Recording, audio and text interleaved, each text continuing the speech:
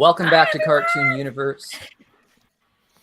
Welcome back to Cartoon Universe. My name is Deep Cut. I am joined here today by my co-host Haley, as well as the cast of The Dragon Prince. We've got Jack DeSena as Callum, Sasha Rojen as Ezran, Paula Burrows as Rayla.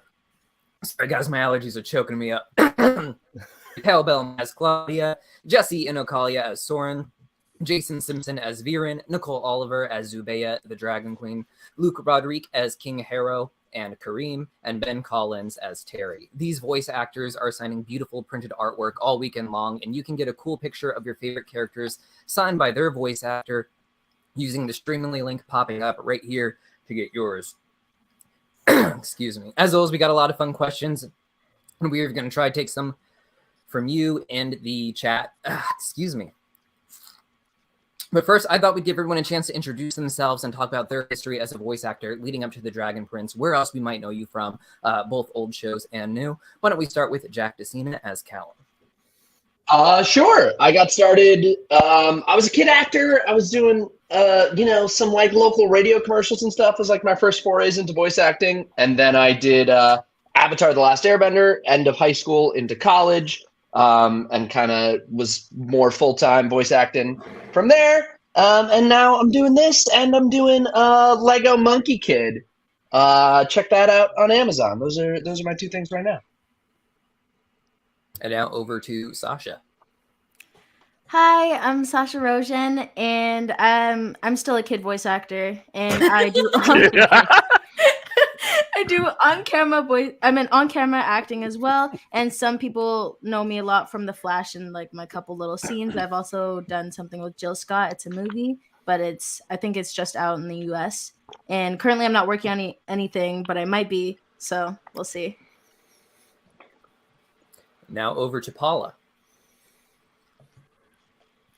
Hi, I'm Paula Burrows. I play Rayla. I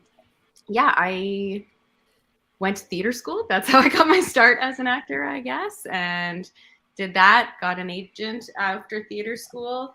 Wanted to do comedy, auditioned for lots of film and TV. There wasn't a ton of comedy happening in Vancouver at the time, so my agent suggested auditioning for animation, and The Dragon Prince was my first ever animation audition, so that turned out pretty well.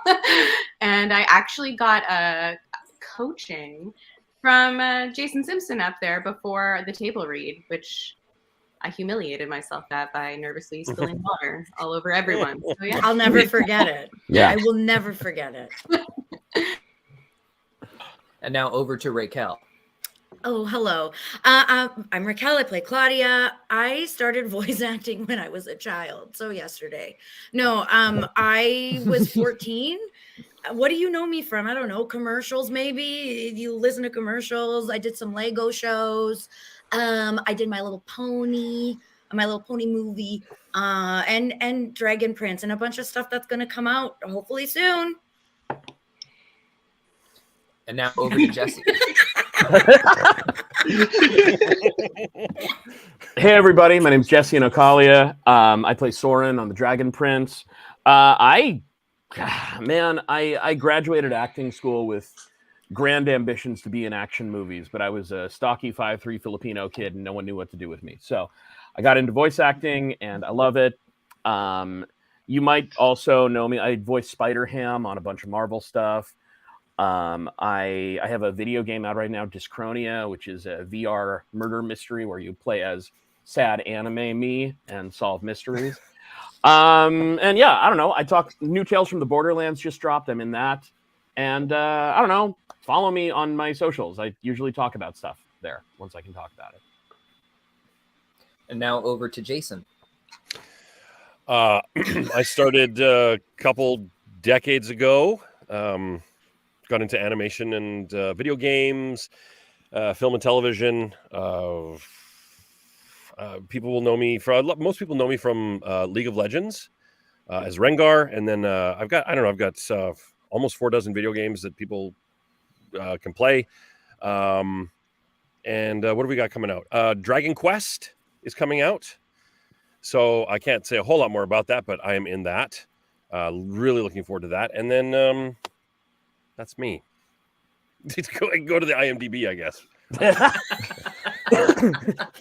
And now over to Nicole. You saved the elder for the last. Hi, everybody. I'm Nicole Oliver. I've been acting for 32 years, which means I started when I was in utero. Yeah, I am lucky enough, I guess. I act in all areas, so people probably know me best for my animation work for My Little Pony, where I was Princess Celestia for 10 seasons. I'm also in another new show I'm not allowed to talk about because I'll come and take away my children in my house, but it's going to be awesome. And again, I'll let you know when that comes out. I act on camera, so I'm just finishing up our final season of Nancy Drew for the CW. I play Ace's mom on that show. And I'm also directing a bunch of projects. Some I can't talk about, some I can. Zenko Go for DreamWorks, it's on Netflix. Molly of Denali, which is on PBS. And yeah, it's Christmas time, and I have 4 trees in my house, and I'm really happy to be here. So hi, everybody. Well, thanks for being here. Now over to Luke. Hey, my name's Luke Roderique. I play Harrow and Karim. I've been acting since I was like 10 years old or something like that. Primarily theater. I went to theater school with Paula, actually, and then graduated and did theater for like several years, and then realized I might want to own a home and like be able to feed myself, and then got into film and television and voice. And I just love doing voice. And this is, I think, one of the first gigs that I booked, one of the first big gigs that I booked. And yeah. Same as Jason, go to the IMDb. I most recently I did a CBC series called The Porter, and I'm on Motherland Fort Salem. And yeah, and now I'm here on Streamily. And finally over to Benjamin. Hi, I'm Ben Callins, and I have not been acting for very long. This is actually my first big role. And yeah, that's really it. Well, welcome to the channel. All of these voice actors will be signing autograph prints that you can get with the Streamily link pinned in the chat over on the side there. And now over to Haley with another round of questions for the talented voice cast. Hello, everyone. So the show has been on hiatus for quite a while, as you know, and it's finally back. So what was your favorite part about coming back this season? And yeah, let's start with, I'm going to go kind of backwards almost, do a little skipping around. Luke. Just getting to see the Dragon Prince again. Like, I'm legit a fan of the show, and I've just been waiting for it to come back and see how it's advanced and changed. There's obviously been like a big jump between the 3rd and the 4th season, and it's just like lovely to have it in my life on my TV again, to be honest. Yeah. And then on to Jason. Telling more of the story of my character specifically, just because he's my character, has a lot of story left to tell. And I think moving on from season 3 in the same arc we were going would just been a plateau. And I just wanted to keep climbing with where Viren has to go. And there's a lot to come. So yes. Yeah, I'm excited about what's coming. Yeah. I won't say any more than that. Oh, no. And on to Racquel. I'm excited I think to do stuff like this mostly in conventions and I don't know. No, I do know. I don't know why I said I don't know. Like, I agree with everything everyone has said too. We've been working on this for a while in secret, so it's nice to get it out there. It really was a long time. And what about you, Sasha? I don't know. I'm just super excited to I was super excited to see the way that Ezran's grown up, and I also love looking at the new designs for everyone. I got really excited from that, and I also got really excited from to be able to work with everyone because I haven't seen anyone in such a long time. I still haven't seen you guys, but I see you guys separately sometimes. So that was really exciting and cool for me. Yeah, the time skip outfits are definitely one of the fan favorite things about what we learned. Okay, and now back to Ben. Well, I didn't really come back for this season. I entered this season. But it's been really exciting and getting to meet everybody and just being able to help create such like major representation for the trans community has been very exciting, and I'm very grateful for it. I'm not sure if Nicole, you can really say much about this, but I mean, you talked a tiny bit in season 3, so. Well, all I can say is I was just really glad they were all not super dead. Yeah. So yeah, I came on the end of season 3, and yeah, time jump and lots happening, and that's probably my favorite line of season 4. So. And Jesse, I think not to step on the toes of everyone else, but it's just been nice to have the show back. But on top of that, something that I found really lovely coming back after the hiatus we had was just seeing the fans just reignite. It was so interesting to see just like names that I recognize off of Twitter and Instagram just explode the instant there was any news about the show, and seeing the fandom grow and be generally pretty cool. Like it's been nice to see that back. for sure. You okay, Racquel? You dying? Sorry, I was trying to be really stealth about it. You're in the clear. Yeah. Nobody heard. They're fine. Press your mute. Press your mute button. Nobody knows. No, don't. Let's No, hear it's it. fine. We can't hear you anymore. Okay, Paula? Yeah, I guess just seeing this goofy crew all of the time has been a real highlight for me. The Dragon Prince was such a big part of my life for a while, and then we went quiet for a wee bit, and it was still part of my life, but in a more private, secret way. So it's great to welcome in the big family of fans and get to share it again. Mm-hmm. And finally, Jack. Yeah, all of that stuff. Getting to pick back up the story, getting to pick back up working with this group, getting to see the fan reactions, and then yeah, like Sasha was saying, seeing the characters evolve, I think was really cool. I think like it was a pleasant treat to like step back into this, but not have to pick up exactly where you were and kind of match. Oh, what was I doing with this character 3 years ago? To go like, okay, he's evolved. He's had this 2-year gap. What's going on? Where is he now? Who is he now? Where do we pick up from there? I think that was a rare treat to not have to just like step back into it, to get to re-evolve him in a cool way. Thank you all. Now on to Deep Cut for our next just question. evolve.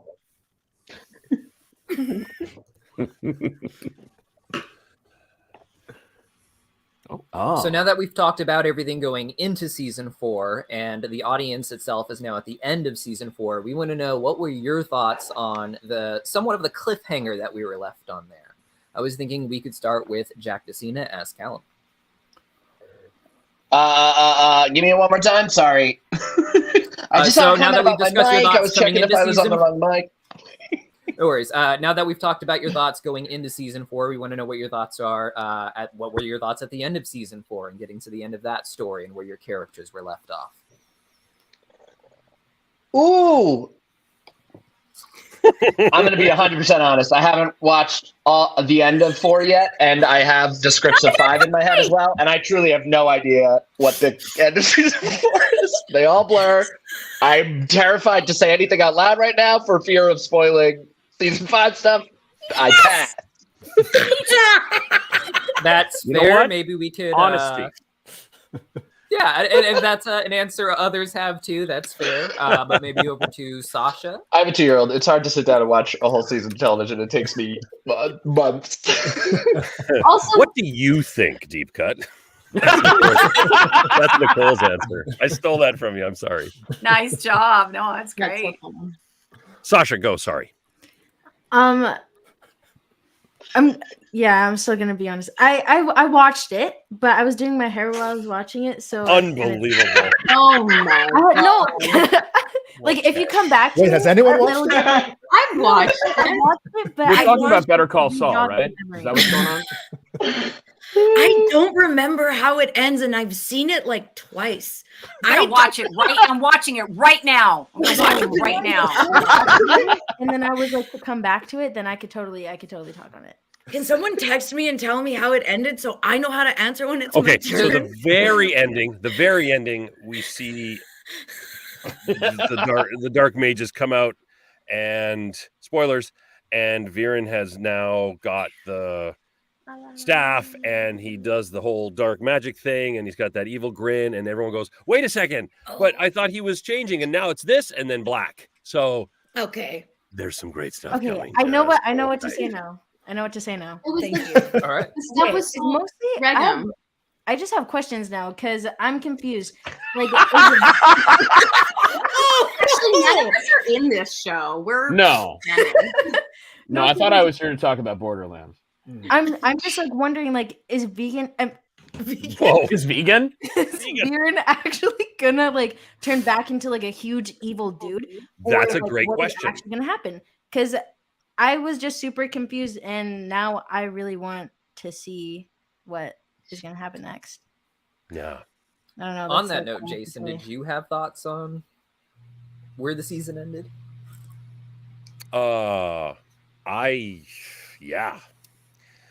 I love, okay, no, but seriously, I love that ending. Did you watch the ending? Just quick. Because, yeah, I sure did. Because of, I only watched my scenes. Okay, that makes sense. Wait, you only watched your scenes? Yeah, fast forward. But you already voiced your scenes. He scrubs through Netflix to be like, oh, and there he is. Okay, I'll watch this part. First, it's I only did But my I do love the idea of seeing the whole season of this new trajectory for Viren and Claudia, and then the last thing we see is Viren, sort of, I guess, in layman's terms, in his old ways. But is he going that way? Maybe, maybe not. Yes and no. I don't have an exact answer for you. I do, but I'm not going to tell you. Oh.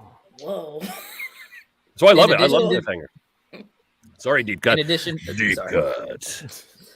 In addition to Viren's darkness, the season also ended with Claudia and the gang getting their hands on the map in the race to Erebos' actual prison starting. Spoiler alerts for those of you in the cast who don't know how season 4 ended. If any of you do have thoughts, I wanted to share your thoughts on that. Great. If not, we've got plenty more questions lined up, but I don't want to pick on everyone, making them feel like they have to. No, I mean- feel like my character was involved with a lot of battle stuff. I remember. So, it's so funny because we do these in the past, right? Like for us, this could be 24. I was looking to see when I received the season 4 scripts. I'm thinking a couple of years, I feel, like we were COVID in it. Yeah, we were to recording not these in maybe win it. 2020, I think. And so we do them, and a lot of us are doing other things as well, and then you get to see them. So I'm actually watching. I don't have a 2-year-old, but I act like one. Mine are actually 18 and 20, so it takes me a while to get to stuff, but I am just blown away, always have been, even before I was part of the show. I knew one of the creators, Vilas, from another program I was on, and I was like, I want to be on that show. How do I get on the show? And they're like, hey, do you want to be a dragon queen? I'm like, yeah, okay. And so there's all sorts of cool things. I'm petrified of spoiling anything. And I'm seeing everybody going, is there going to be season 5? What else is happening? Fans, buckle up. You have no idea what's coming. You have no idea. And it's going to be awesome. But I'm going to do this a lot because I really like to, even though I'm in the show, when I watch it like a fan. I'm in it. And I like to experience every moment. And so, spoilers aside, it's just such a you guys are all so talented. It's been a pleasure, the little bit I have seen. And it's so fun too, because I know you all as like living 3D people. And then so, but the ending, there's fire and there's battling and there's people and they're not all dead. Maybe. Yeah, it's a good summation. That's a solid There you go. summation. Yeah. Thank you.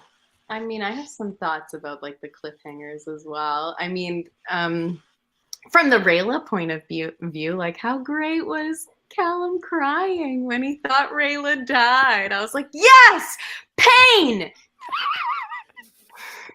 That was great. But also, Claudia with the coins. Like, come on, Yeah. Terry, what are you doing to her? Did no one else feel these things? Because I was crying. I mean, I know I've read the script, but yeah, like Nicole said, it was a while ago. So, yeah, that's where my heart was watching it. But I mean, I'm a bit biased to the Rayla storyline. I love the setup of like the drag gang, I suppose we're calling them, seeing Erebos in the mirror, and Erebos is like terrifying speech. Big where guy. he The possesses big Ellen. bad, yeah. Yeah, like it's such a cool moment, and man, just like I don't want to spoil nothing, but you guys don't know what's coming. You guys have no idea. Yeah. What's coming. Now that I know that that's in season 4, I can say that's in season 4. That happens. Thank you, Jesse. You're welcome. I got that's you. an awesome moment. That's going to be shaping. I think like Callum experiencing that total loss of control and everything he's tried to push away with dark magic and having it take him over in that way, I think is going to really shape him. It's going to be a huge part of everything going forward. The nice thing about voice acting is like we're not the only people acting out our characters, right? We get to lay a voice down and we get to read a script on paper, but then we get to see it brought to life with other people's contributions and other people's artistry, and you're like, whoa, yes, I did feel that, or you get surprised, and it's really exciting to watch. Yeah. Awesome. Anything else you guys want to talk about? If not, Deep Cut is having some technical difficulties, so I'm going to be taking over until he gets back. But you have to do the evil laugh, Haley. I'm going to take over. You're the voice actor here. No, come on, Haley. Everyone's got an evil laugh in them. Okay. No, sorry. Fair. So we also had some questions from our Twitter. And Words of Dragons asks, what changes about your character in season 4 were you most surprised to see? If not all of you probably had like huge changes to your character if they were there at all, but for those that did, I'd love to learn more about like your thoughts on how they've changed in the 2 years. So Racquel, what were you surprised to see about Claudia? Well, I love that she has a boyfriend now. I love that whole like the whole trajectory between her and Terry's relationship with Viren. You just get to see her be a teenage girl, in addition to being like very powerful and bad. Well, she's not bad, but does bad things. Well, arguable. But I loved to see that. That was very fun for me to watch and to do.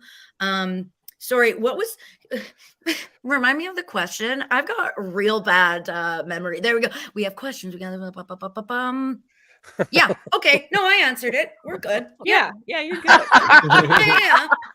Well, fine. You got your answer. Words with Dragons. Love it. What else do you want from me? No, having a boyfriend was very, very lovely. That was a nice little skip. Also, she looks amazing.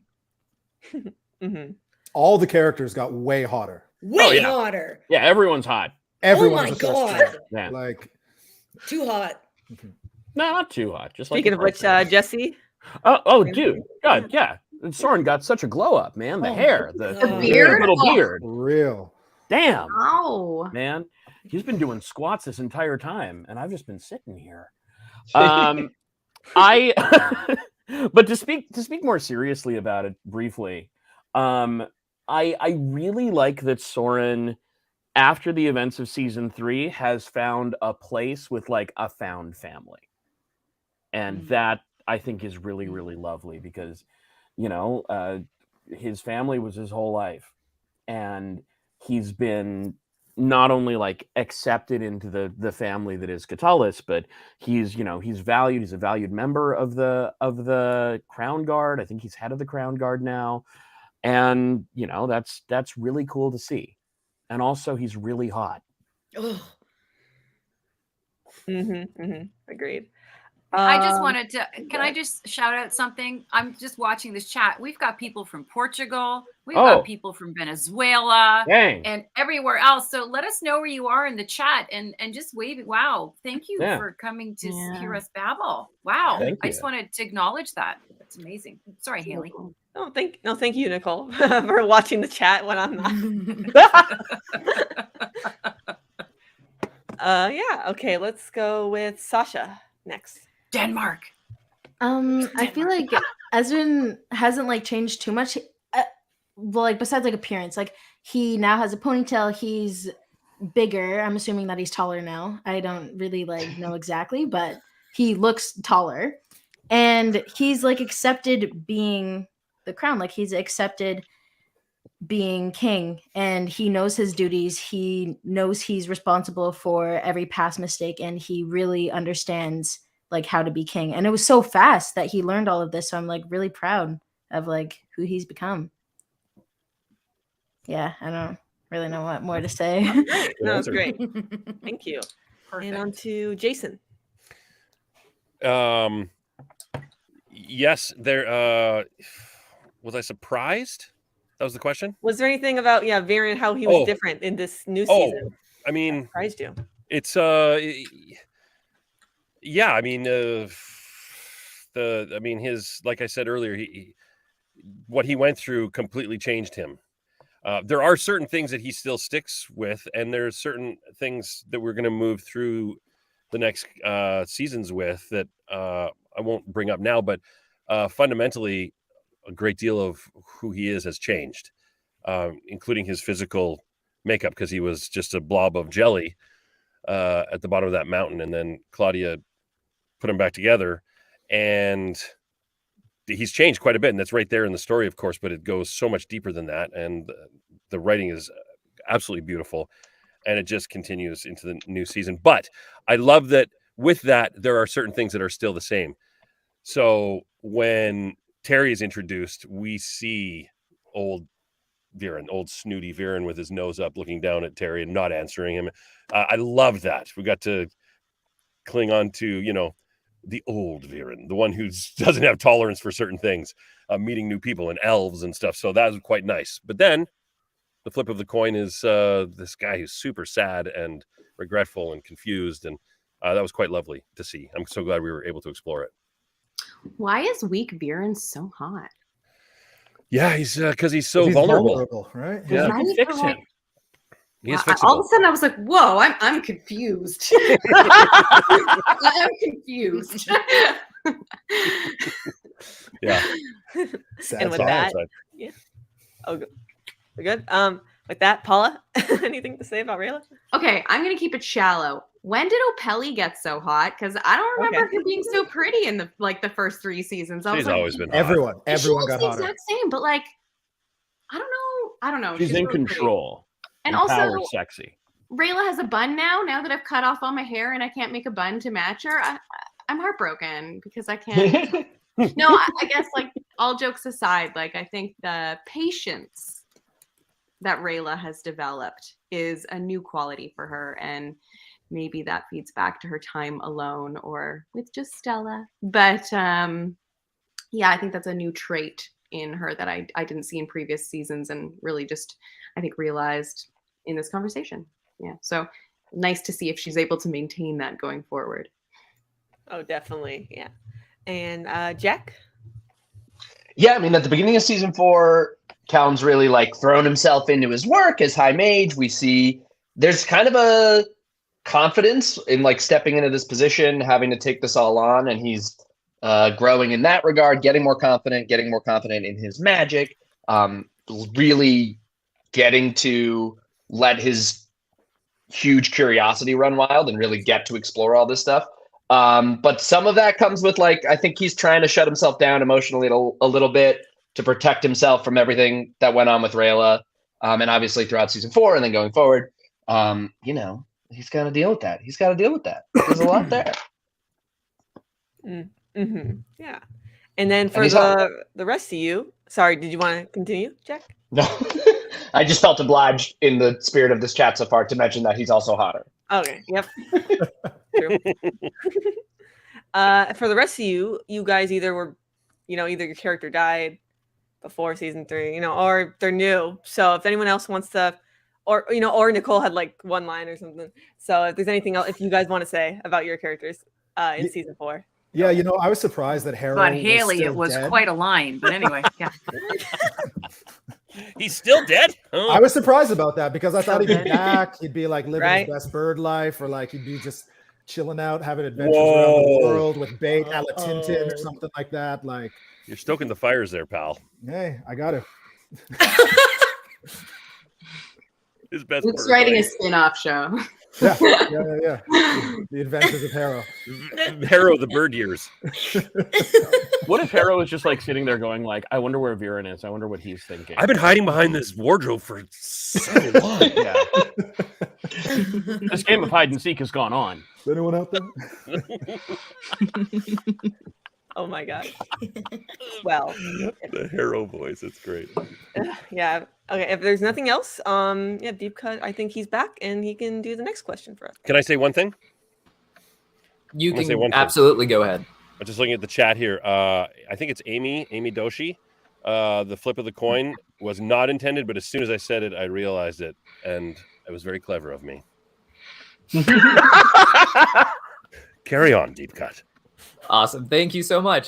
So this next question is a bit of a fun one. If you or your character were one of the 6 elf species from the world, or in the case of those of you who were already elves in the show, a different elf species, which type would you be and why? And I would like to start with Ben for this one. I think Star Touch because I really like sparkly things. Fair. What about Paula? I mean,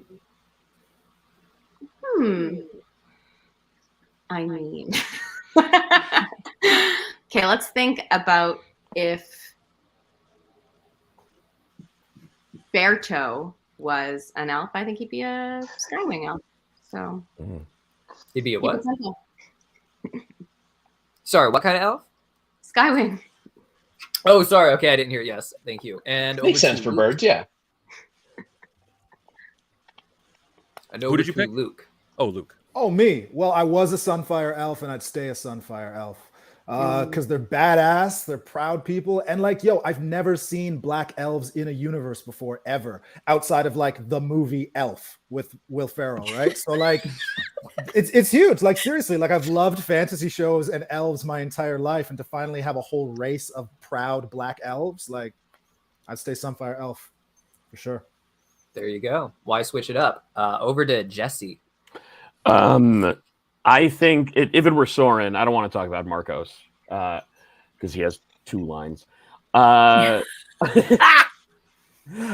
think Soren would Sunfire elf, proud warrior tradition, man. Also very hot. It's a sun thing. It's fine. It's fine. Go back to shopping. What about Sasha? Me personally, I'd be Moonshot Elf because they go slash and they're pretty cool. But I feel like Ezran would pick Star Touch because they're very powerful and they can like speak to people.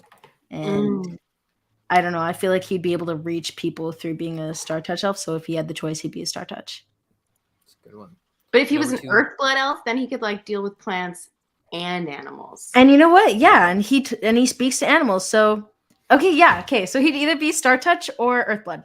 I'm just fighting you for no reason. I'm like, become the dictator you're meant to be. Crying. And then over to Nicole.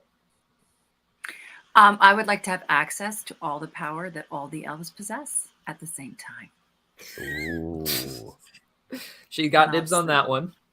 All right. That What would be about me? Thank you. and what about Jack? I think it's been canonically established that Callum would be an Earthblood elf with a very accurate accent. Yeah. And Rayquel. Hey, so I have a crazy question. I'm gonna bite. What kind of elves are there? Why do you guys all know Can the I different tell kinds you? of elves? You dummy. Racquel, Google. There's a moon shadow elf. There's There's an skywing Eebler elf. elves. There's sunfire elves. Jason, no, those are cookies. Christmas There's elf. earthblood Christmas elf. elves. That's the season. There's a tidebound elf, and there's a star touch elf. Shelf. Tidebound elf? Where have I been? Okay, so Not on Google. not on Google apparently. I think Claudia. Okay, everyone, calm down. I think Claudia would be an Never. Earthblood elf. Because she is very good at using the earth and animals and other things to do her Using. spells. Operative word using. Yeah. Yeah, that tracks. Yeah. Yeah, I did that on purpose. Fair enough. And over to Jason. Viren picking what elf to be. He'd rather throw himself off the spire again. Wouldn't you want to be like a Star Touch elf? Yeah, like, but if he, like his friend. But that being said, he'd probably want to be a Star Touch and a Skywing. So if he did throw himself off, he could fly away. Like a bird. But also have powers. Well, that whole throwing himself off the spire thing just really did not land well with you guys. I thought that would be a good one. No, I think it landed. It was a pretty rough landed landing. great, yeah. It's a rough landing. No, it landed well. Yeah, Do you guys think of these in advance and just save them up, or? No, it's just who I am. It's a gift. It's a gift, it really and is it a keeps gift, giving yeah. Paula. You can just fly with it sometimes. Yeah. And with that, over to Haley with our next question. Deep Cut's never been happier to get rid of us. Okay.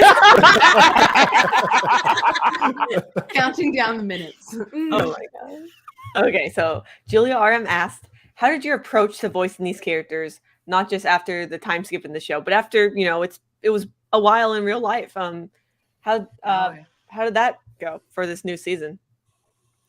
So yeah, let's start with Racquel. Okay, I joke about it, but I actually I quit smoking in between things. Hey, so congrats. thank you very much. I Thank you very much. Smoked? What? You had no idea? No. Oh, I didn't know. crazy. I didn't know None that of either. you knew I smoked? You Oh, never no. smoked tobacco. yeah, I'm a bad girl. Well, I used to be a bad girl. You were, Um, yeah. In the alley. Yeah, I'm a good girl. No, so I quit smoking. So naturally my voice changed, and it was a very cool thing to hear. And I don't know. I was like, oh, I'm proud of myself. No shame to people who smoke at all whatsoever, but I was doing it a lot. So that's nice. And I also, wait, what was the other part of the question? I'm so sorry. I'm really bad ADHD. Not The other part is TikTok how- ADHD, No worries. like real. Right there. How did your approach change to voicing these characters? Oh, one thing I tried to bring in to this season and the seasons to come was I really tried to remember the last moment we saw in season 3 and the beginning of season 4, where Claudia, you learn that Claudia brought Viren back to life. That's huge. That's gross. It's huge for like a child to have to bring her father back. So I don't know. I tried to just like use that and have a focus and just be really focused. Like, let's get stuff done. That was my approach. So I quit smoking and I focused. I hate myself. Yeah. No. My God. Amazing answer. Kick me off the chat. Anyways, shut up, Racquel. Is there anything you want to say, Nicole? Well, I mean, I don't know, people watching, if you know, as voice actors, sometimes there's a long time in this show. There was a really long time between when you're with your character. And so thankfully, they make beautiful voice references for us. So when we come in to record, they'll play a little bit of our character and just to kind of remember where we sit with it. So that is fantastic. But it was really great when I started at the end of season 3. We actually had quite a long talk. I think my chat with Aaron and Vilas was longer than the actual recording session about where the character was going to go and how it would evolve and how, Zubeia is really responsible for kind of catching you all up with what's going on, like the exposition, the backstory, all the relationships, filling in the, oh, that's why. And so besides having way more to say, I think it was just trying to bring this huge history, this responsibility, this huge history into the now. That was different.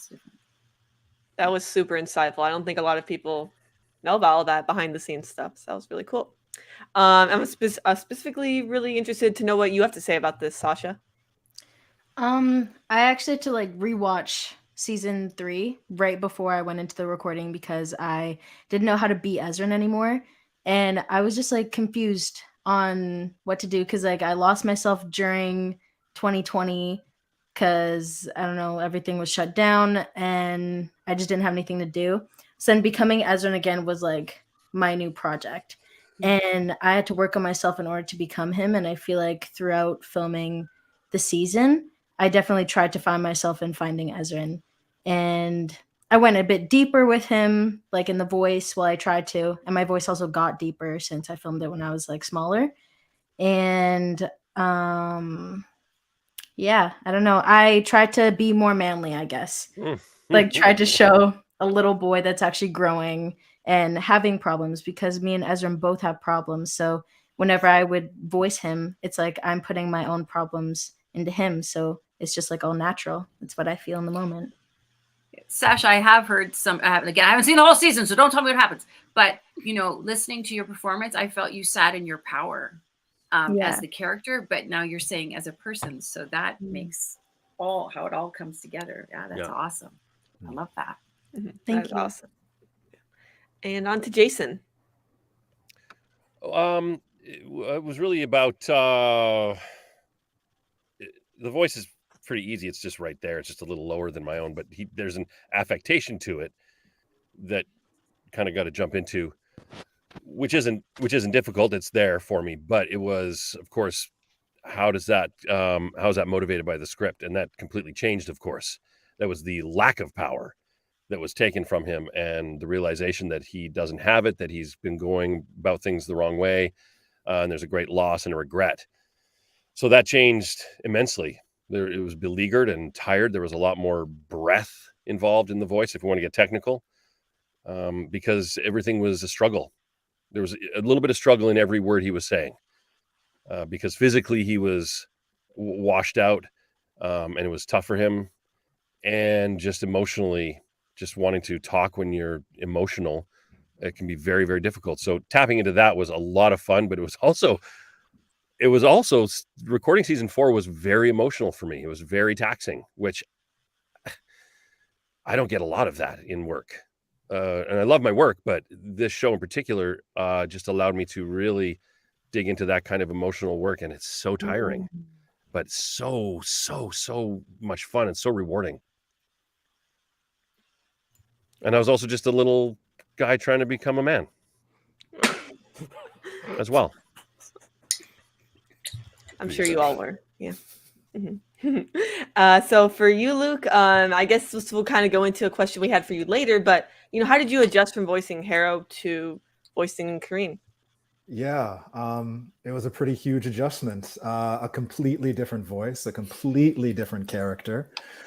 First and foremost, the accent was the one thing that was, I don't want to say like tough, but I tried to work really hard on it. And I also wanted to be really specific with it without being too specific. And what I mean by that is I definitely knew that they were, French, but I also wanted this guy to sound Black. I wanted him to sound African. So I tried to look at accents that were from, African colonized French countries.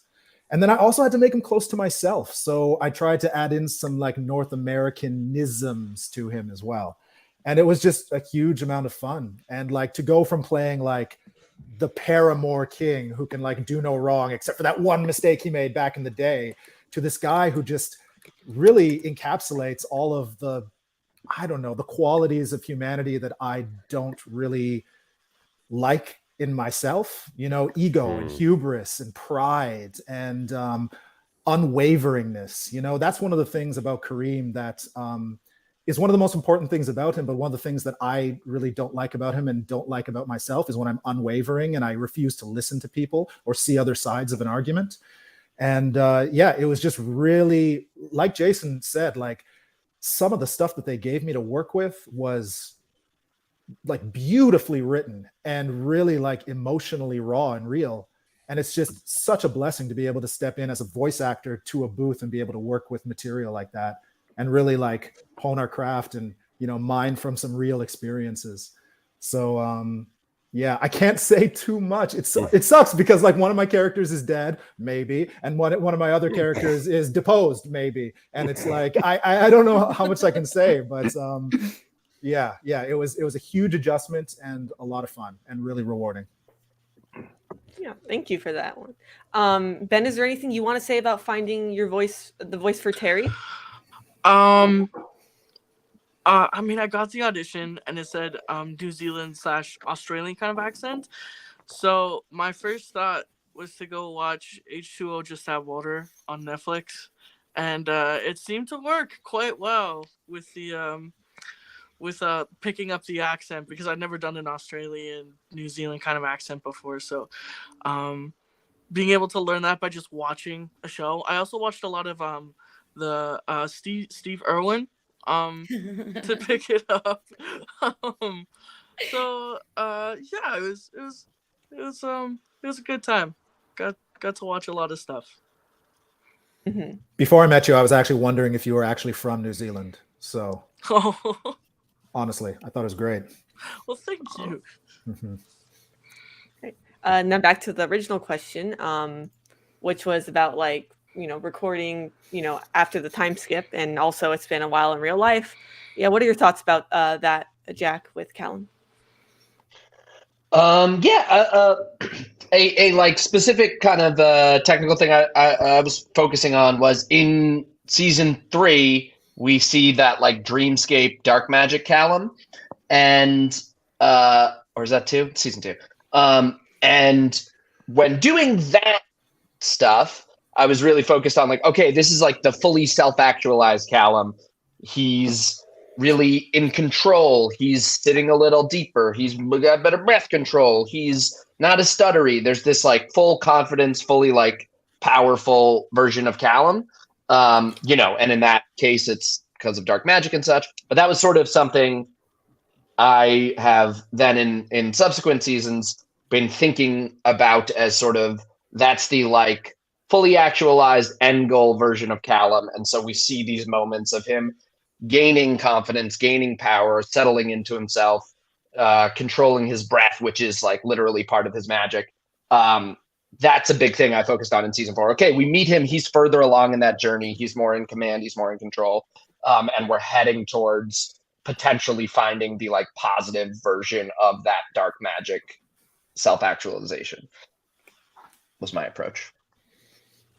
Thank you. And now Paula. Yeah.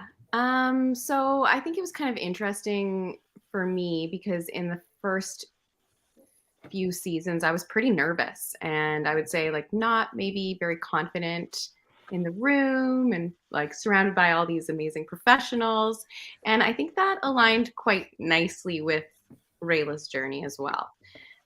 She was also trying to figure herself out. So then coming back after the 3rd season, I did feel comfortable. I felt like I knew my character. I didn't feel stressed about the accent or any of that. So just like coming in with maybe a newfound confidence in my work, and her having a newfound maturity and stability. I think those things aligned very well.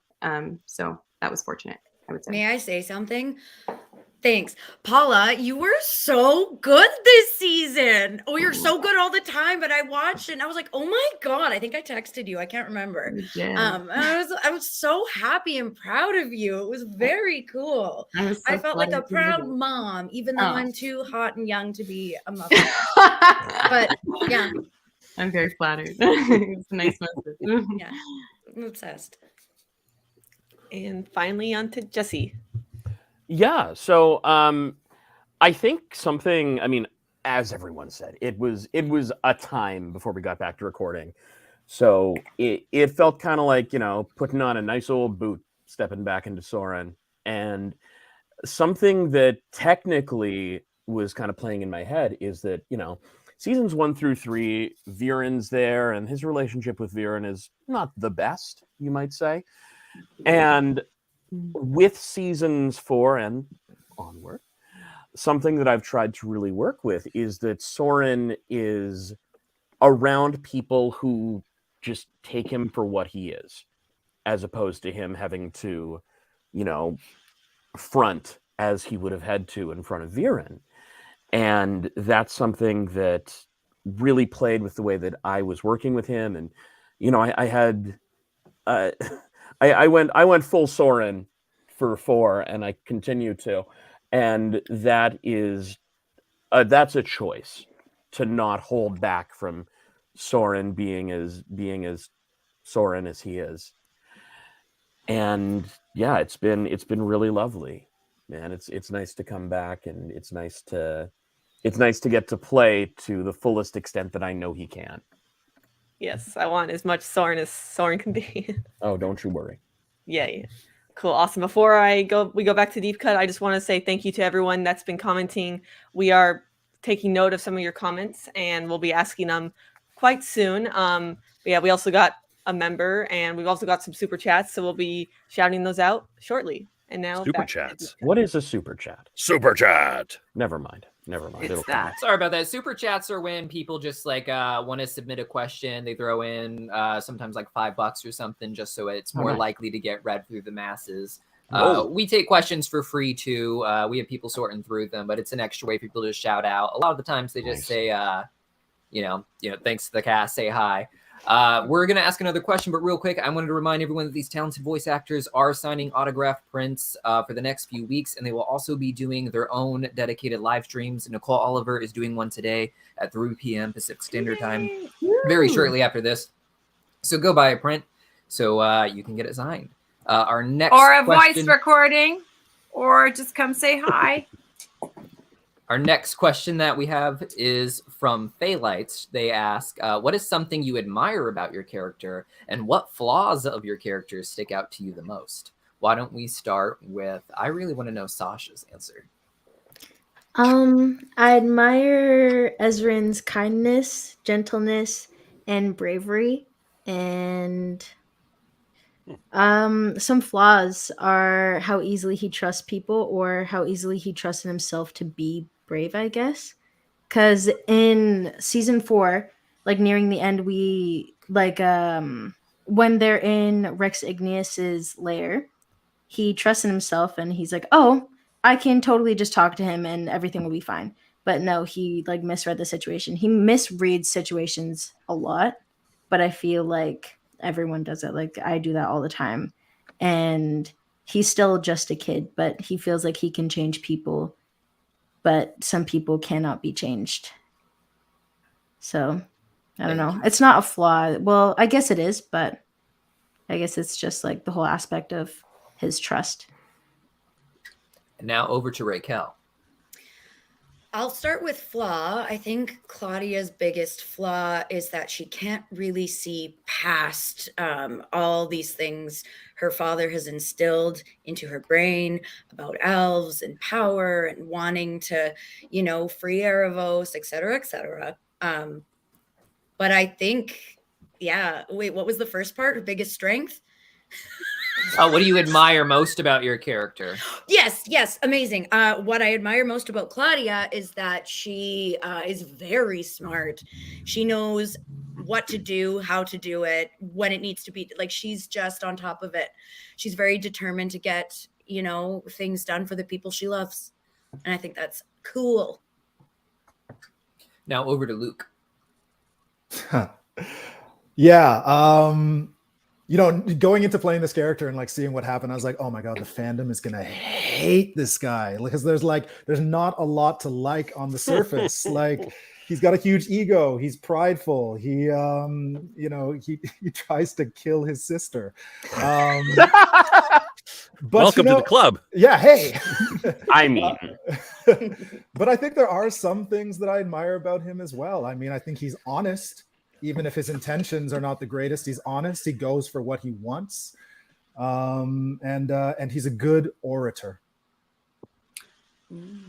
That was a joke, but it fell completely flat. So, and now over to Jack. Yeah, I mean, I think there's the perpetual struggle with confidence stuff. I think there are some setbacks along the way with that, as there are for every real person.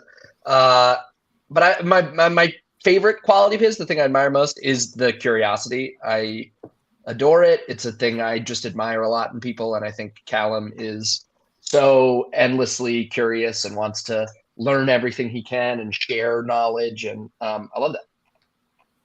Now over to Paula. Yeah, with Rayla, I guess I wrote it down. Okay, so I think two things that just so I don't end up like Racquel over there. All right. Two things that I really admire about her are her fearlessness and the way that she protects the important people in her life. Because I don't think well, I mean, it's becoming more common, but I didn't grow up with a lot of female characters that took on the defender role. So I really love that about her, and I admire it. And then in terms of qualities, like maybe some negative traits that I might not love about her, because I think I share them with her, is that she can be quite stubborn and snarky. No. Paula, you. Me, maybe. I don't know. Not publicly, but privately, perhaps. And now over to Jesse. So one thing I really admire about Soren is that he wears his heart on his sleeve. He's incredibly earnest. And I think that's really beautiful and really lovely that he allows himself to be as such. Kind of in the same vein as Paula, something that perhaps he could work on, similar, is he does tend to be a little reckless. You know, he can run into a situation without thinking of he is a himbo. Yes, that's Connie's a himbo. I can't argue with that. That's true. And that's something I need to work on too. Clearly. Really. Now over to Ben. Something I admire about Terry is his ability to see the good in the worst. I feel like he has this like neutrality to him that also doubles as a major flaw. His like when is too far too far.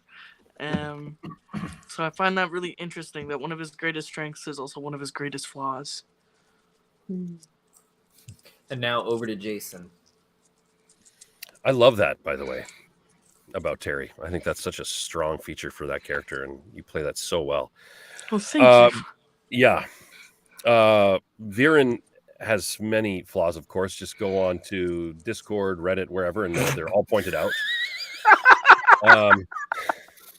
I think instead of saying what are his flaws, I think we can see as you get into season 4, you can see the opposite of them and him realizing what those were. And it's not going to be easy for him to change those, but I think that desire is there. One thing that I really love about him is at his core, he does love his children very, very strongly. And you see this for one of his children, and a lot of people, you just don't see it for the other necessarily. And a lot of people will argue with me about that, but that's okay. I know what I know. And I know that he loves Soren, but there is a tremendous amount of emotional damage and baggage, I guess, in that relationship that needs to be worked through and sorted. But it's there. And that's not a spoiler. That's just, he can't just hate his son for no reason, or for whatever reasons people may come up with, of course. It's just not possible for him. He's too passionate. And that's where his passion comes from, is his children. So things need to be exposed and worked out, but that's the one thing I love about him. Through everything, I can see that. And hopefully other people will as well. And finally, over to Nicole.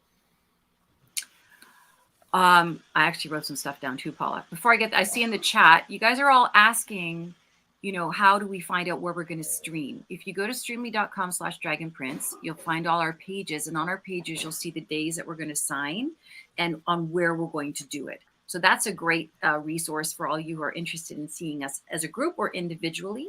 I won't be at the group chat. I'm already crying about that. But if you go there, you'll find, and that's where you'll find my information. And I'm on Instagram today. Now, okay, back to the question. I admire Zubeia's serenity and passion. And I don't think she has any flaws, much like me. But I do think it's a vulnerability. I think the depth of love that she has for her child is her vulnerability. Yeah. Wow. Thank you so much. With that, we're going to go over to Haley, who I believe has some fan-submitted questions for you guys. Mm-hmm. Haley! Oh. Haley! Oh my. Cool. So yeah, we had some super chat questions I wanted to shout out first. So Chrissy has a great question for Jack. If you could make up a spell, how would you cast it, and what would it do? And they're from the Dominican. Oh no! You got to do it in Jack. Yeah. I've got to immediately write some Latin. Yeah. What Latin do I know? Ave Maria.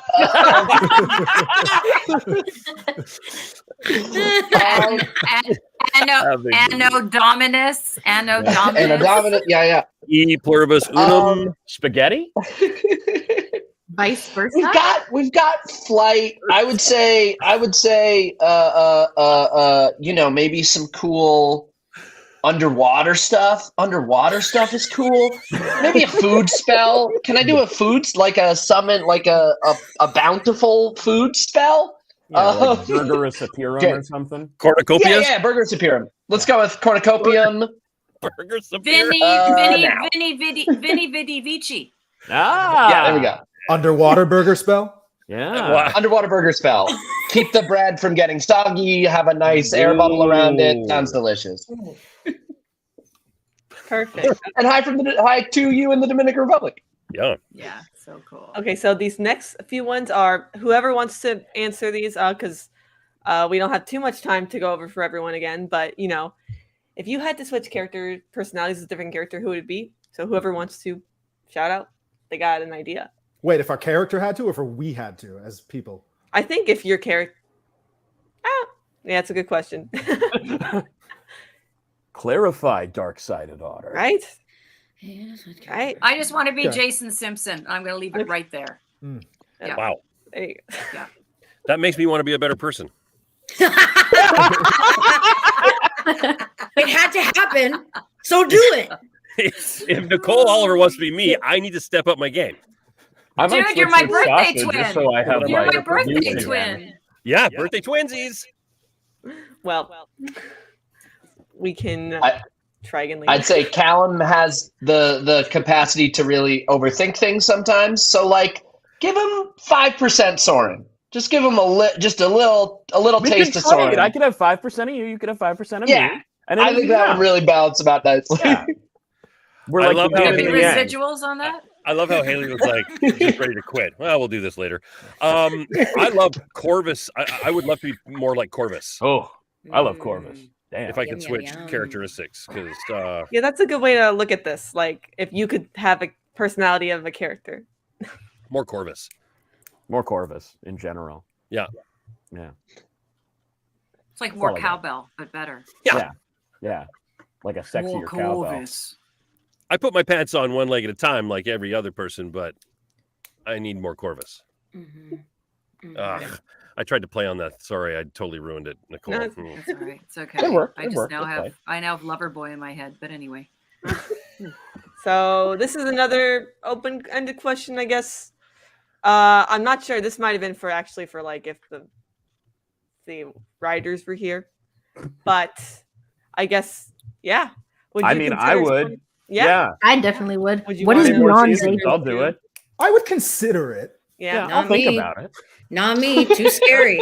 I'm sorry. I wouldn't last a second in Zadia or Callins. I would not last a second. Seasons. No, what? Just be all chill. the seasons we could have if we were exploring. I think we would all be quite happy to explore other lands beyond Zadia as our character and as totally new characters. Yeah, because we all have huge ranges with which to share with everybody. So yes, I'm just saying, in all that's a Palace seriousness, University show. But in all seriousness, though, like this is something this is one of the things I love about animation and the fans are their imagination and their artistry and how they extrapolate from what we do and share that with us. So I just love to see that. So challenge back to you guys, write stories about it, draw pictures about it, post and share. I just love that so much. Make cartoons and cast us. Yes. Yeah. I have a question for this, because what if the land around Zadia or past Zadia is actually just present future? So it's like everything that we have in real life. What if that is actually what's past Zadia? Because why is Zadia such a thing? But then Callins is like in the future, but also in the past. It's like a castle, but it's in the future. Because they're present with things. And so is Zadia. Not for me. Yeah. You lost me at present future. I'm trying to make sense out of this. I feel like it's not making sense. No, you are. No, you're making sense. You're totally making I got you. I got Just you. because you're scaring Racquel doesn't mean you're not making sense. No, you're making a lot of sense. As a matter of fact, the more afraid she gets, the more sense you're making. We're going the right That's direction. right. Yeah, go in the right direction. Anywhere in the canon, have they mentioned any lands beyond Katalis or I Zadia? don't know. Not that I know of. Yeah, I was trying to Yeah, think I don't about believe that. so. Not Yeah. that The we other seriously- kingdoms. There are the Yeah. kingdoms. There are, yeah, But right? where Because have- they have Yeah, that yeah, yeah. meeting. They have that meeting of all Viren the and leaders, stuff. right? Yeah. You know what would have a good Delbar, answer to this? Is the Tales of Neolandia. Zadia TTRPG role-playing book, which is very Let's good. call Get in Aaron. Let's call Yeah, Aaron. we could call Aaron. Yeah, We'll call Aaron. Can I call a Amazing. friend? No, he that's wouldn't not mind. Awesome. Okay, so I'm gonna ask on one other audience question, or well, several fans asked for Racquel. How did it feel from go from sort of avoiding your father's darkness to becoming darker than him this season? I love it. Tell us. This guy loves it. I can't wait for you guys to see what's in store. I'm not going to say anything more than that, but I've gotten progressively more happier and excited with her trajectory. Ooh. You know what I'm saying? Know what I'm Yeah. saying? No, I love it. I think it's great. It's a very cool character to get to play as well. As an actor, you're like this is a big arc, and it's Arc, cool to yeah. play an arc trajectory. Yeah. No, I love that. Yes, I'm into it. I love it. I hope she gets worse. There, I said it. I'm being serious. We It's all do. fun. It's fun Yeah. for me. Bring on the muck. Bring on the muck. That is awesome. People keep asking about Rayla versus Claudium shippers. And there is no Claudium, okay? Well, you don't know. You don't know that. You don't know that. We don't know that. Do you know something? I'm just saying. Wasn't gonna go into that, but thank you, Paula. What do you think, fans? Yeah. I think we know what they think.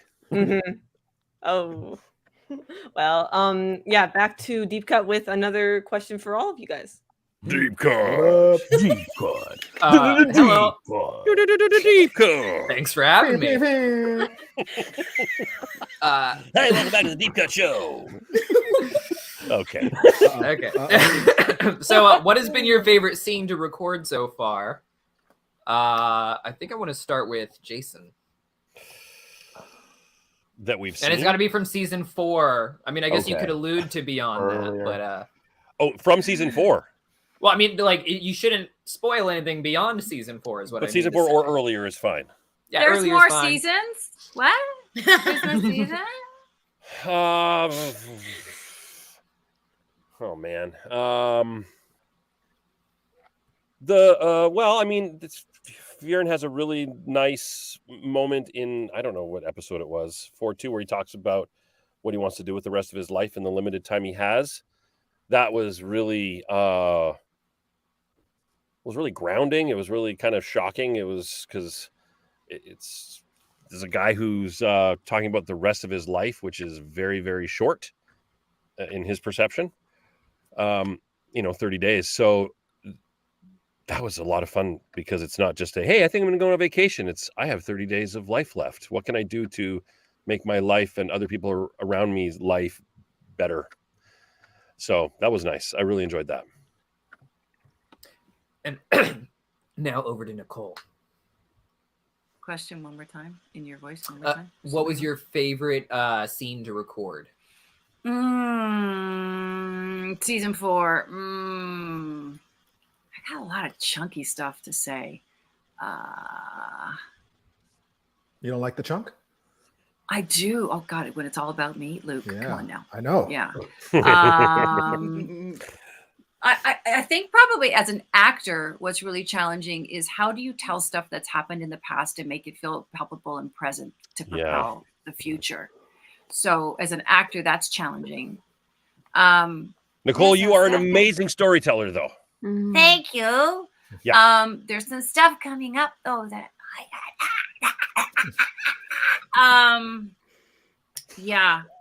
have all of it. I think there was somebody saying about, how does Zubeia feel about humans? And it's really interesting trying to, I think, relate it back, like these big stories and these big ideas to people who are living their biggest life for the first time. right? I think as humans, we underestimate ourselves and we don't allow ourselves to push the boundaries, and dragons do, because one flap and we're further than any human could ever be. And so I really am enjoying the dynamic between the different where we all come from, what we call our whys, and how we're all trying to match it up towards this common ending. So yeah, I'll leave that there. I don't want to. So good stuff coming up. Now over to Sasha. Yeah, I'm gonna need the question again. What was your favorite scene to record? Oh, probably episode 3, Ezran's like big scene where he's giving the pain and loss speech. I thought that was really cool to film, and I wasn't having a very good day that day, so I was just putting my feelings into it. So it was just really easy to do it as well, because I feel like I'm just speaking to someone. It's like therapeutic. It was therapeutic to film, so I really liked that scene. Thank you. And now over to Luke.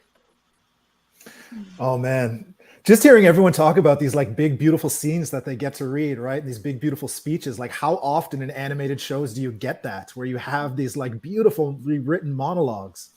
For me, it would probably have to be either like the Sunfire Elf courtroom scene, because I loved that speech in there that I got to say, or the like final showdown against Janai, because I just, we just got to really throw down, and I got to cast that Missilum Ignum, which was really fun. I think they made me do that like 10 times. And also, I think those are the only 2 scenes where I actually got to act with another actor that season, because at that point we were still very much, I think for most of the stuff, recording on our own, which was the first time we'd ever done that in the Dragon Prince. Yeah. And then I think for those ones, they felt it was really important that me and Rena be able to work together. So they linked us in. They linked in Rena from New York and myself. I think I was in Winnipeg at the time.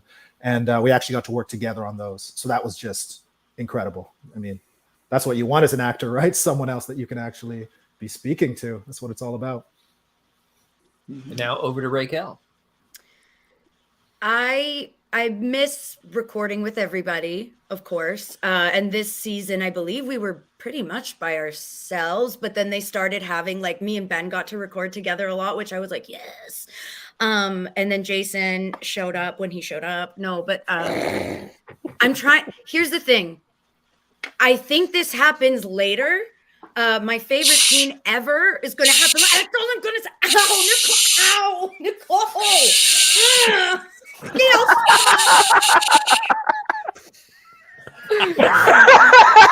Nicole is powerful. Wow. Damn. You just got shushed into submission. I know. She scares me. Is this okay? That's my favorite Nicole scene so far. Wow. I think I peed. That's not okay. The spoiler guard. Anyway, I pee all the time. Racquel has documented bladder problems. So. I have a pacemaker in my bladder. Anyways, that's a cool, fun thing for you to find out about another time. What? Yeah. Some of us had Follow Racquel surgery recently to get a full-on pacemaker. Actually, that's fair. Yeah. I'd show you guys, but it's in my butt, and you can't look at that because this is a kids thing that we're doing. Oh my god! What? Hey, my favorite scene to record, or my favorite scene that's coming up, is with Ben and Jason. However, I do miss recording with everybody, and I can't pick a scene that's happened, but it's got to be something with Jesse. I miss recording with my real life brother. We are blood related. We are blood related. We are best friends. Not by birth, but we are blood related. By blood. And you can find out about that another time. On our Twitter. And now over to Jack. What was your favorite scene to record? Smart. I'd say I love the early season, or early in this season, first few interactions with Rayla. I thought those were just like really cool, very challenging scenes that, we were able to remote record and get to work with Paula. And there was, just so much going on in there. He's processing so much, and there's just a lot of texture, and it was very fun to explore. Now over to Paula.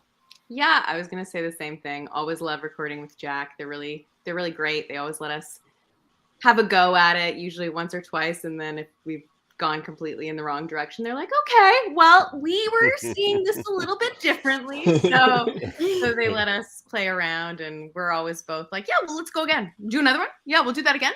So it's always fun. It's always, any scenes with Jack are always great. And then, yeah, I mean, as silly as this sounds, we actually didn't record 402 together, I don't think. And I only have one line, but worked that line for quite some time. And Aaron was making jokes. He was like, oh, hard J for Paula. But I was like, Aaron, I know you, and you are going to work this word. That was fun. It was a challenge. It was a loaded word. Now over to Jesse. I have two scenes that I really, really love to do in this one. Number one, Soren stand-up. Soren's tight five.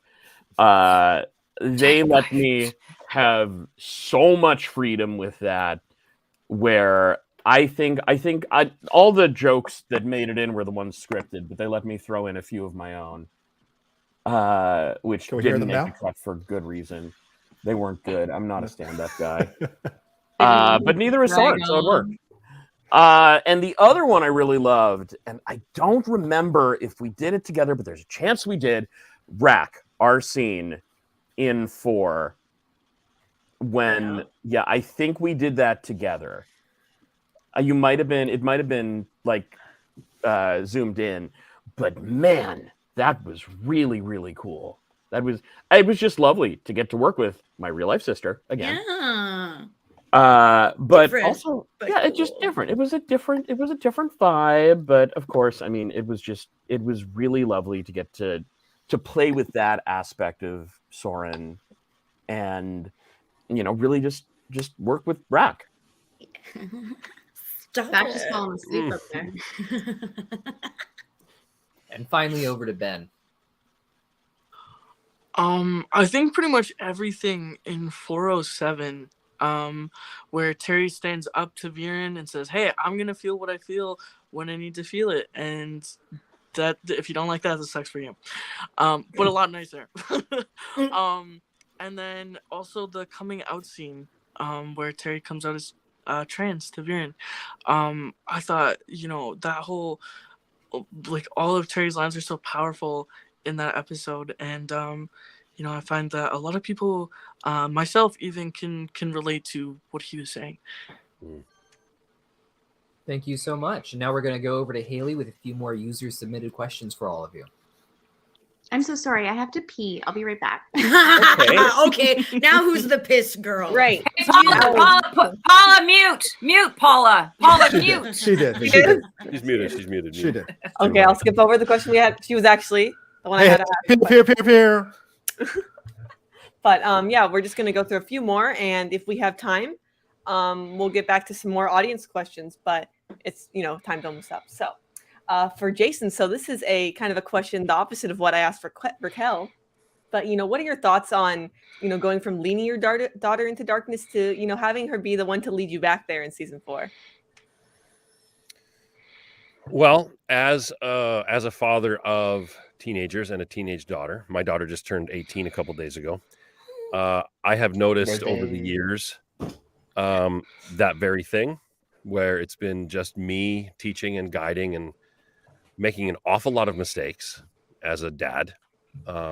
And it's very, very important that I notice them and call them out and apologize and show my children that I want to grow and get better. It doesn't always happen. And as she gets older, I need to just shut up and listen and learn, because she has an awful lot to tell me, just in her observations, in her mannerisms, how she's growing. So I can see those things. If I just stop myself and just listen and pay attention, I can learn a lot. So that was an easy sort of transition, or sort of this peripheral going into Claudia and Viren. I love it. I love being able to switch those gears, going from one season to the other, because there's just a lot more depth there that we can dig into, and there's so much rawness that's expected for this character. From me, I expect it from him, and being able to play that. And let's be honest, Racquel is so good. Oh, I thought you were going to say something else. And the writing is just just motivates. I mean, her performance is just so beautiful to work with. She's such a I know I give you a hard time, but really I love you a lot. And to be able to work with that just makes it a whole lot easier. Thanks, Jason. I just wish you wouldn't pee all over the place when we're working. I don't anymore. I had surgery. You guys are not understanding what happened. Anyways. Next question. Yeah. Thank you, Jason. That's very nice. I love you. Whatever. Aw. And we're back. Now that Paula is back, what were your thoughts on Rayla leaving Callum and her journey coming back to him? Oh. I mean, I think that probably this is a big question. I mean, probably the same as everyone else. It was hard. I was like, you know, when you're watching a movie, you're like, no, don't go through that door. I'm like, that was reading the script. I always sit out on my balcony with my script, cup of tea. So, you know, when you're reading it, I'm like, no, why? Why is this happening? But I guess with that, it was, I guess probably the Scholastic book was that moment for me. But yeah, I was just screaming at the book. Sadness, confusion. Why won't you just tell him what you're doing? You guys are stronger together. Take him with you. But then like understanding that, you know, he had to support his brother who is taking over a kingdom. It's, you know, like any sort of breakup scene, there's a lot of nuance to it. Mm-hmm. I'm glad you also had a lot of the same emotions a lot of fans did when they had to go through that, you know. So our next question is for Nicole. As Zim's mom, you had to constantly be interacting with him, you know, but at this point he can't talk. So did you find this challenging to voice act for when you had nobody that responds to you? Okay, as an actor, sure. I mean, this acting's all about act to react cycle, right? We need stuff to come into us, to fill us up, to give us the juice, to go back out there, give that to somebody else. So there is that challenge. But honestly, I'm a mom and my kids are almost 18 and 20. But I remember when they first came into the world, when they weren't making any other noises and staring into their eyes, their silence was novels. And so for me, I mean, my children are huge motivators for lots of things for me to tap into as an actor. I never thought I was going to be a mom. One day it was like, I have to do this. And it's the best thing I've ever done. So I certainly bring that into my work when applicable. And in this case it was. And I just would imagine my kids talking to my boys and yeah, it was. So I you know, I used a lot of imagination, which we all do as actors, and all these actors that you're seeing here are incredibly skilled with tapping into their emotional truth and sharing it with you all.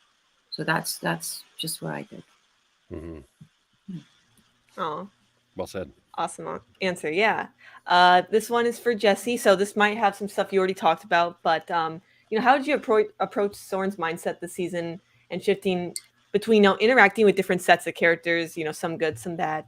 You know, how did Soren feel about talking to Claudia for the first time in so long? Oof. I mean, as I got the scripts, it was cool because, you know, we don't get to see Soren really interact at length with, like, you know, Rayla or Ezran or Callum a little bit more in the first few seasons, but, you know, not to the level where they're, you know, colleagues now. But I was waiting for that Claudia conversation. I was I think, yeah, I got the script and I think I texted Rack just being like, yo, it's happening. We're doing it. And I was so thrilled to get to approach this again from a very different place, you know, because at that point in the story, Soren still thinks Viren's dead, and you know that's what it is, and he's got a really, really lovely place to come from. And as an actor, you know, coming into this place of your character has changed. It's been, the hiatus happened and the time skip happened, and Soren has grown as an individual through that. And he's coming into this place of being more self-actualized, for lack of better phrasing, but then immediately having all those emotions rush back. And it felt so good to get to have that little confrontation. Yeah, thank you. So I believe Jack needs to go now. Thank you so much. You have to leave a little early, but you had some awesome answers, and it was really great to talk to you again. Oh, so lovely to see all of you. See you, buddy. Bye, Jack. Bye. Jack. Thanks. Hey, Haley, I'm going to have to jet too because okay. I need to put a little bit of food in my belly before I see everybody at 3 o'clock today. And Oliver77 on Instagram, 3 o'clock. Go to streamily.com/Nicole Oliver. Get stuff. Come see me or just say hi. To all you beautiful people, I miss seeing you in person. I hope to see you soon. And Deep Cut and Haley, thanks a bunch. It was nice Thanks for meeting you, coming. Nicole. Bye, Nicole. Bye, Nicole. Bye, Nicole. You're awesome. Bye, y'all. See you soon. Yes. So the last thing I had was just a super fun, quick question, rapid fire if you want. Chrissy also asked, Jesse, they don't think your favorite sandwich is bread sandwich. They're wise. Everyone, what are your go-to sandwiches? May I go first? I have to talk about this.